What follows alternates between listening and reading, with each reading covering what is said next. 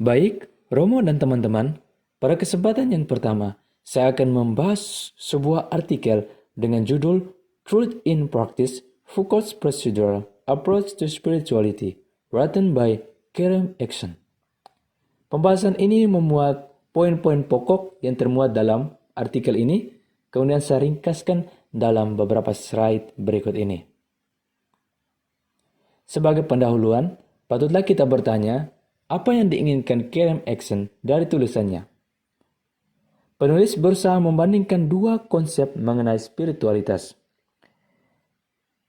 Antara spiritualitas menurut John Halden yang menggunakan pendekatan substantif dengan spiritualitas menurut Michel Foucault, yang mana penulis menyebutnya pendekatan prosedural.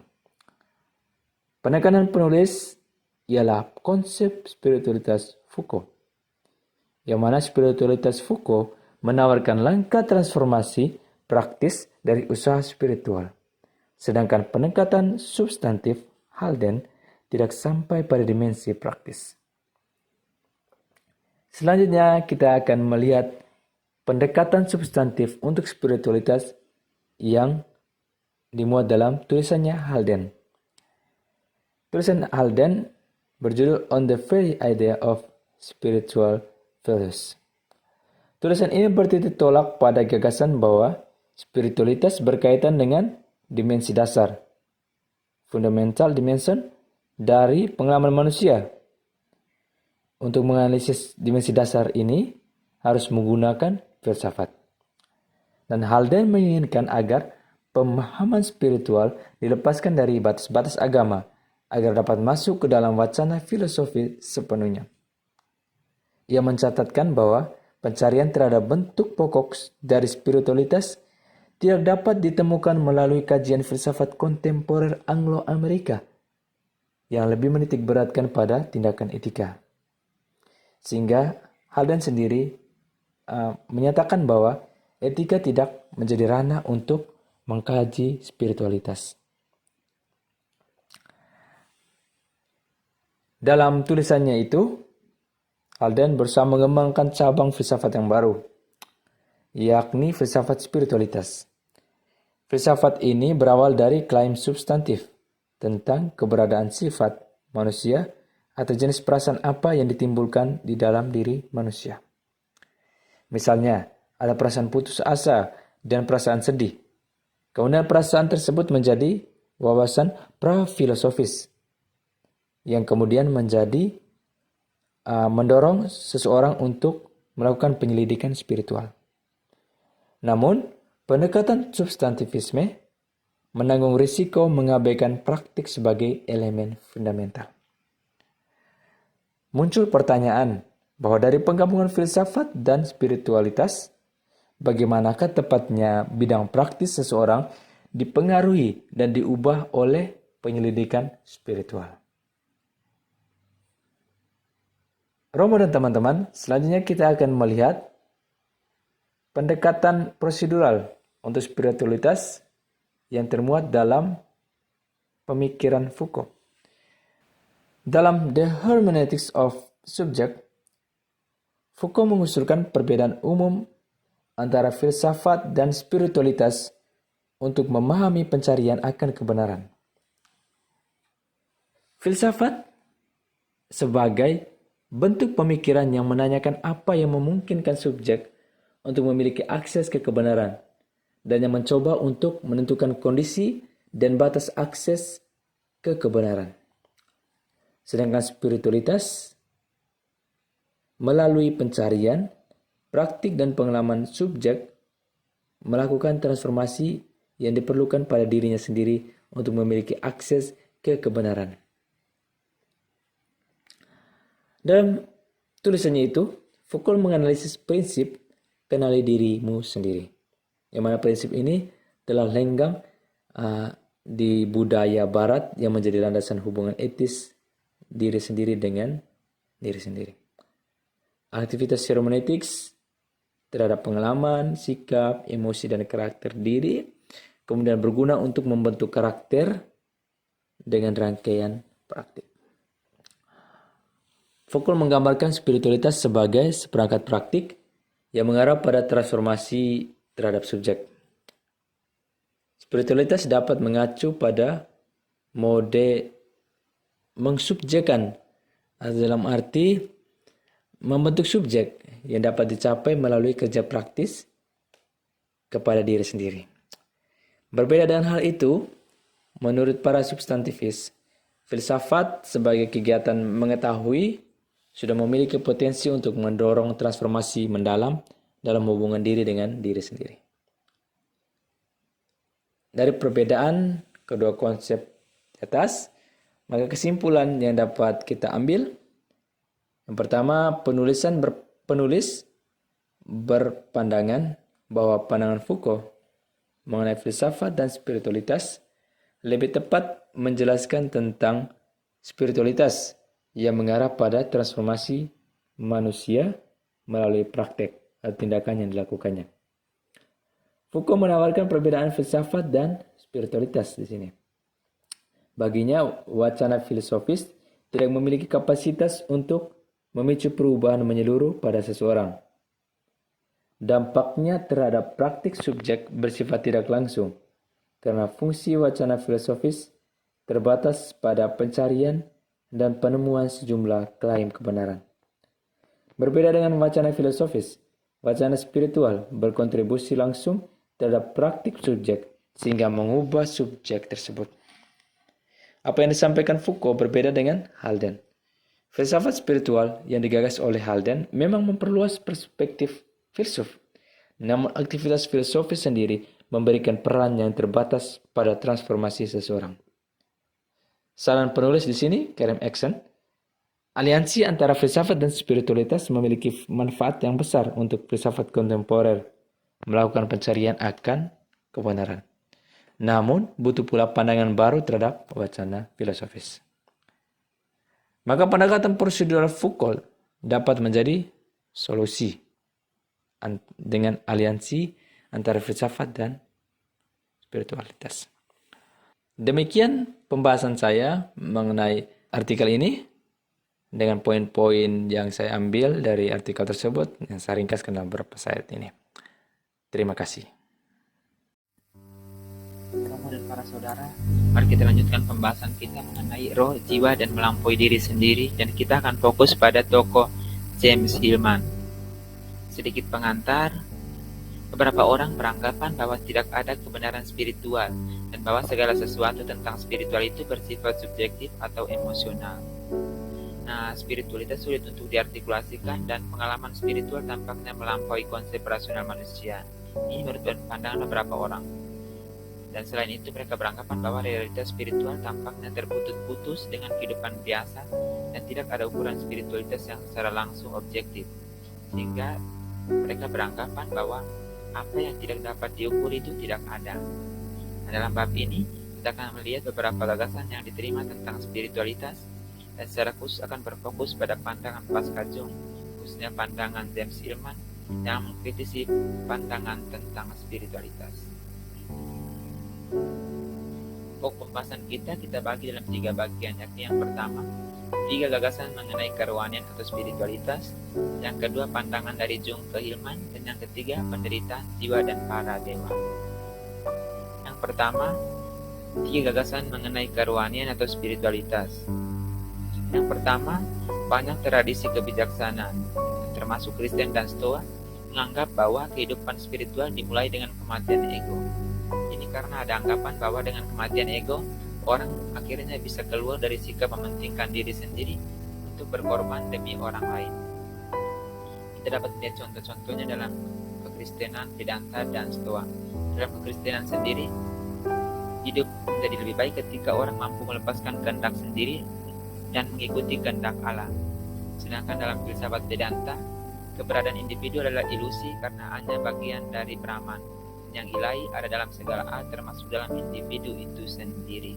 Dan menurut Stoa, tujuannya adalah untuk memahami alasan kita sendiri sebagai penggalan dari nalar alam yang lebih besar dan untuk menerima apapun yang terjadi sebagai kehendak kosmos itu sendiri.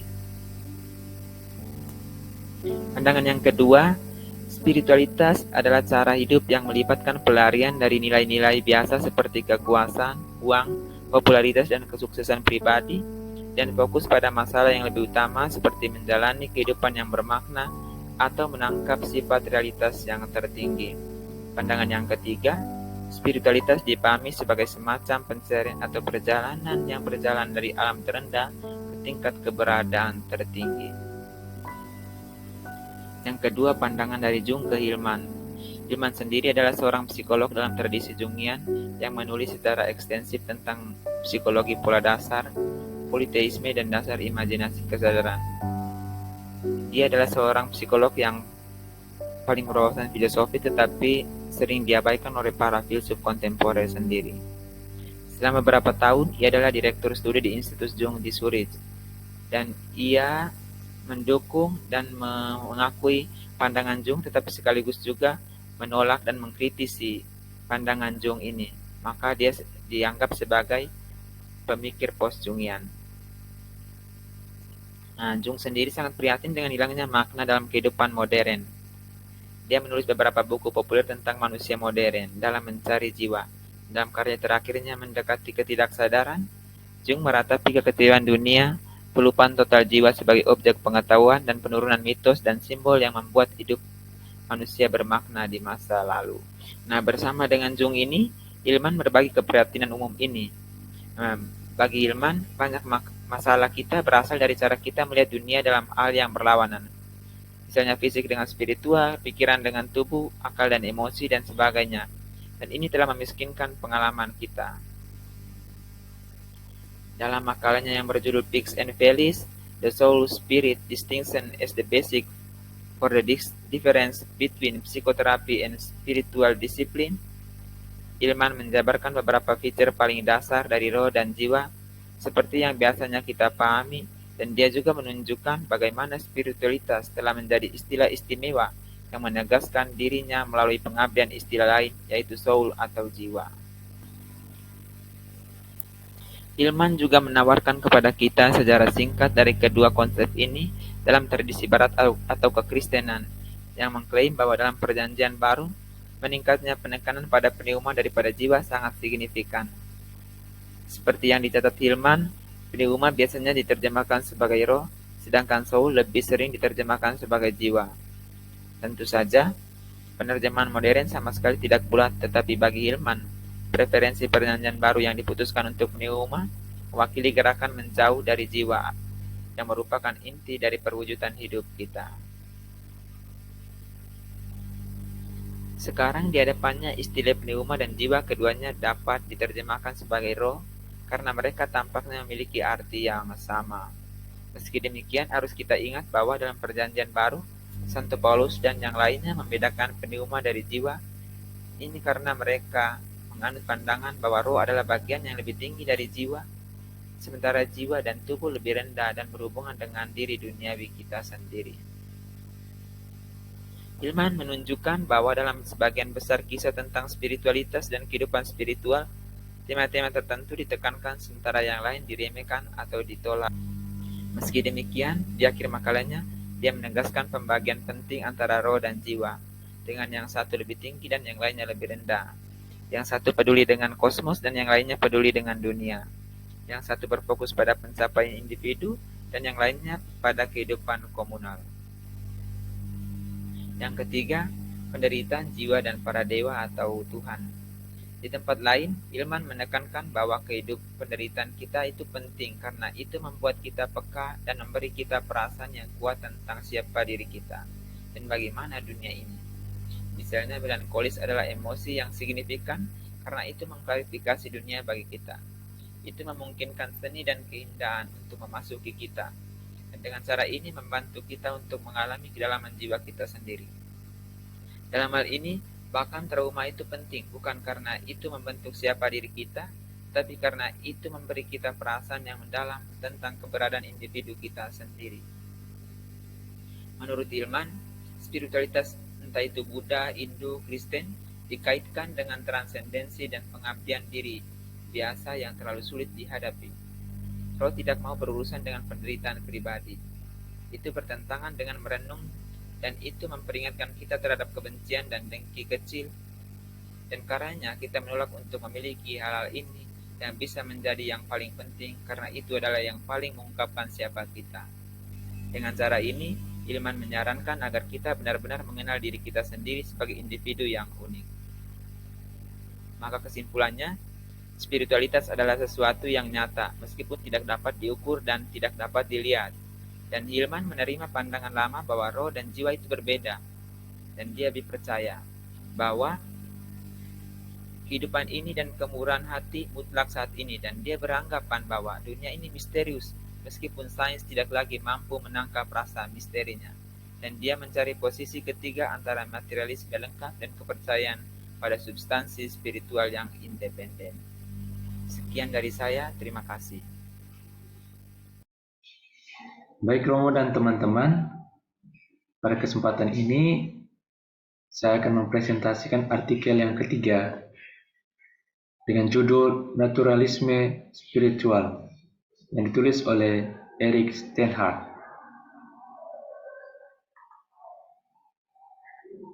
Berdasarkan konsep naturalisme spiritual, roh adalah kekuatan alami yang berfungsi untuk mendorong pengorganisasian diri dengan materi. Menurut kaum naturalis spiritual, terutama para transhumanis, berusaha untuk mengembangkan fenomenologi roh yang naturalistik dengan cara melacak evolusi yang ideal tentang kompleksitas dari asal mula alam semesta sampai akhir. Bagi para transhumanis, evolusi merupakan kompleksitas yang ideal dan sangat melampaui manusia.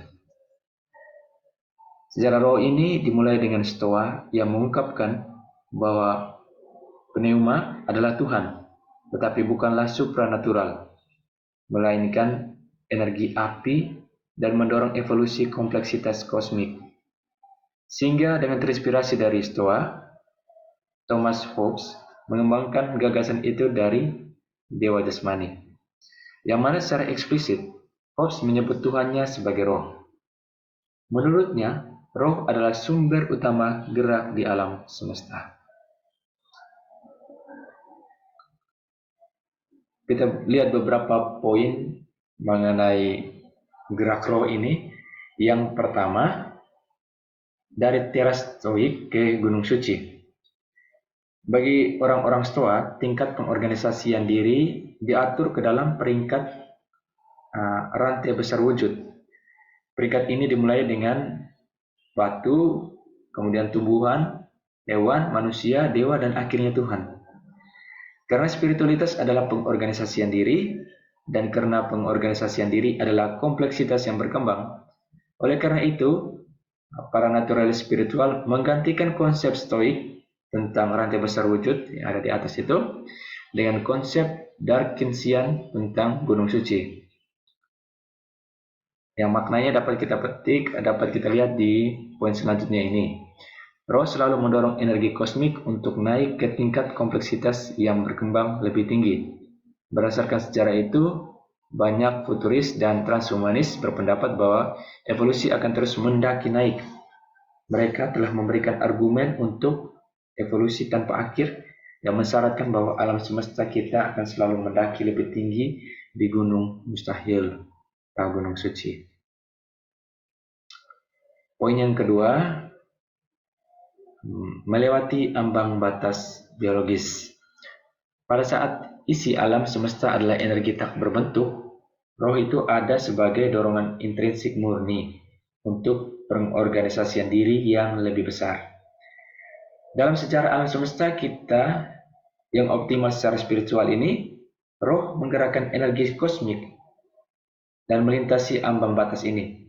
Setelah mendorong quark untuk bergabung menjadi proton dan neutron, roh mendorong partikel-partikel tersebut untuk bergabung dengan elektron untuk membentuk atom.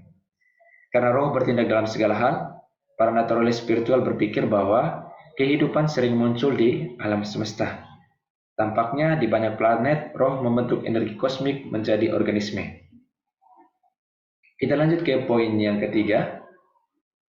Di sini melewati ambang rasional.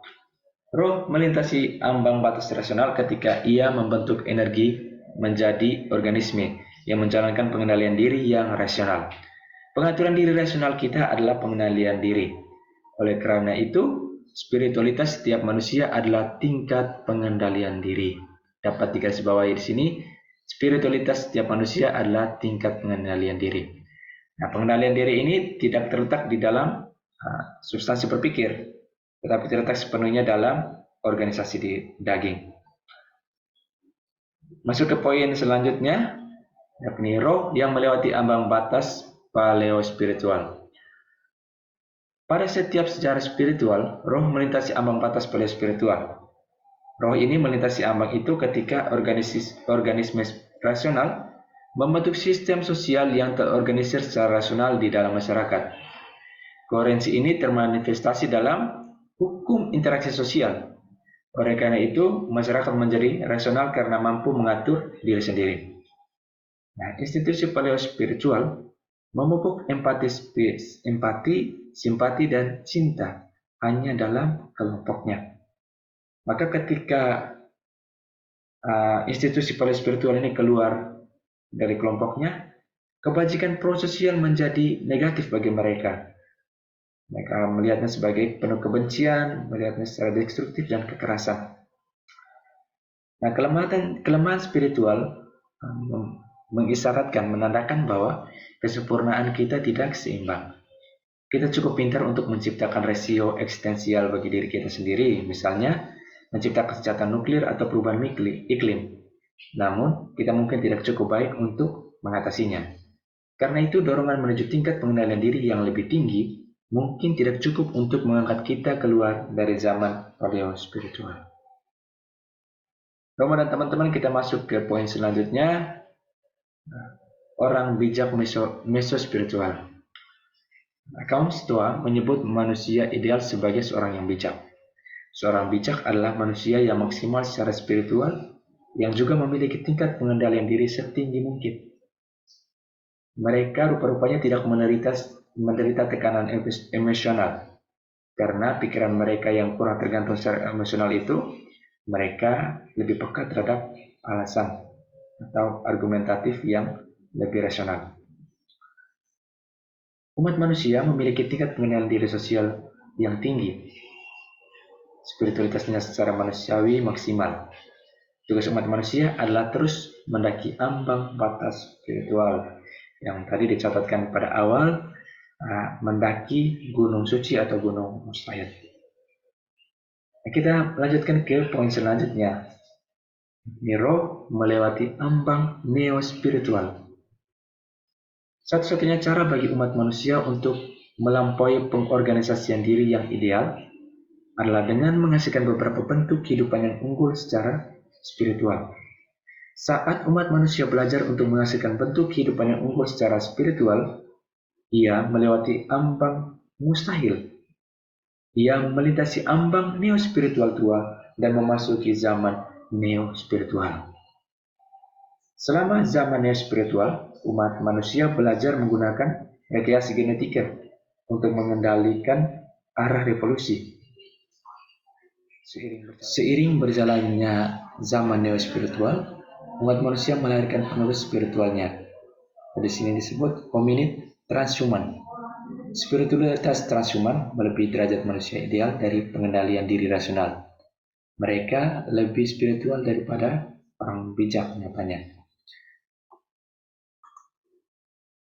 Poin selanjutnya, roh yang melewati ambang super spiritual. Pada setiap sejarah ideal spiritual, kemanusiaan super melampaui dirinya sendiri dengan melahirkan penerus pasca biologisnya, yakni robot yang mereplikasi diri manusia. Kehidupan organik kini telah mencapai puncak tertingginya, meskipun masyarakat manusia super dapat bertahan untuk waktu yang lama. Para transhumanis berpendapat bahwa robot bisa lebih kompleks daripada organisme. Roh sekarang membentuk energi menjadi bentuk anorganik, yakni robot. Robot ini yang memproduksi diri berevolusi untuk memiliki lebih banyak spiritualitas daripada bentuk kehidupan apapun. Nah, pada poin yang terakhir, artikel menuliskan zaman omni spiritual. Akhirnya, Pada setiap sejarah yang optimal secara spiritual, roh memperluas kendali diri rasional dari yang terbatas hingga yang tak terbatas. Semua pencapaian diri yang terbatas bertujuan untuk melampaui keterbatasannya dengan memproyeksikan diri ke dalam yang tak terbatas. Jadi, pada setiap sejarah yang optimal secara spiritual, spiritualitas ilahi meningkat tanpa terikat pada ketidakterbatasan.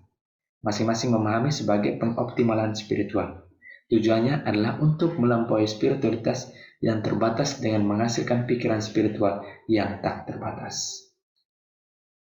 Nah, dengan slide terakhir ini, maka berakhirlah sudah presentasi saya mengenai poin-poin yang ada di dalam artikel yang berjudul Naturalisme Spiritual. Nah, Roma dan teman-teman, dengan demikian berakhirlah sudah presentasi dari kelompok kami. Semoga dengan demikian dapat memberikan insight yang baru. Sekian dari kami.